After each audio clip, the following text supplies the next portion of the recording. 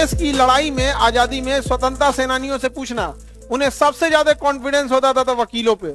और उस समय के वकील जो थे वो कहते थे कि हम स्वतंत्रता सेनानियों से फीस नहीं लेंगे, और चाहे वो आजाद हिंद फौज के फौजी हो, चाहे भगत सिंह को बचाने के लिए हो। भगत सिंह को बचाने के लिए तो जज आगा हैदर खान ने इस्तीफा दे दिया, भाड़ में जाए जज हम नहीं लेंगे यहाँ पर। समझा गया? कोई चपरासी की नौकरी छोड़ के दिखाए? नहीं छोड़े। लेकिन ये भी तो देखो, सामने भगत सिंह थे, आगा हैदर खान यदि जज रहते तो शायद न हम पढ़ाते ना आप पढ़े होते। लेकिन आगा हैदर खान ने भगत सिंह को बचाने का पूरा प्रयास किए, जब नहीं बचा पाए तो नौकरी छोड़ दिए। उनके इस त्याग के कारण आज हर हिंदुस्तानी आगा हैदर खान को इज्जत के नाम से देखता है कि नहीं? आज भारत के वर्तमान न्यायाधीशों से ज्यादा लोग उनको रिस्पेक्ट करता है।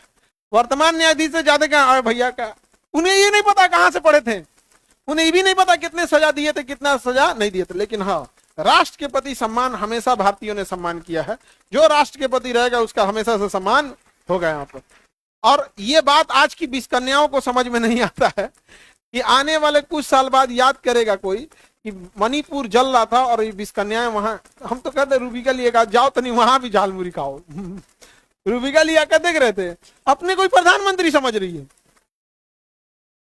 प्रधानमंत्री खाएं अलग बात है, वो ये दिखाते मतलब प्रधानमंत्री है भैया, उनका देश है। कोई ईओ खा रही थी, प्रधानमंत्री ने खाया, मैं खाते हैं तरह यहाँ पे, ये भी खा रही थी, अपने आप को यो प्रधानमंत्री समझ गई है। हाँ, फायदा बता रही थी झालमुरी का। देखो, खान पान के मामले में ना प्रधानमंत्री बहुत स्ट्रिक्ट है, बहुत स्ट्रिक्ट। मेहनत में और खान पान में, उनके डिसिप्लिन में नहीं। सुबह सुबह जो उनको खाना है वही खाएंगे, एकदम सादा खाना खाते हैं, एकदम सादा। अमेरिका में गए थे ना तो वहां बड़े लोगों की मीटिंग थी, तू सब दारूबाज है ना, शराब पी के घूमता है ऐसे यहाँ सब, यहाँ पे शराब पी के नाचेगा, तुझे राष्ट्रपति है तू मत नाच। नहीं समझ गया? हम क्यों मना करते हैं? प्रधानमंत्री को भी दिया सब मोदी जी को यहाँ पे। अब वो धर्म संकट में फंस गए, अरे यार इतना बड़ा सम्मेलन हो रहा है, सब ऐसे मोदी जी उठाए, सबको दिखा दिए, हाँ भाई तुम लोग के खुशी में हम भी शरीक हैं, लेकिन शराब में हम शरीक नहीं है, रख दिए।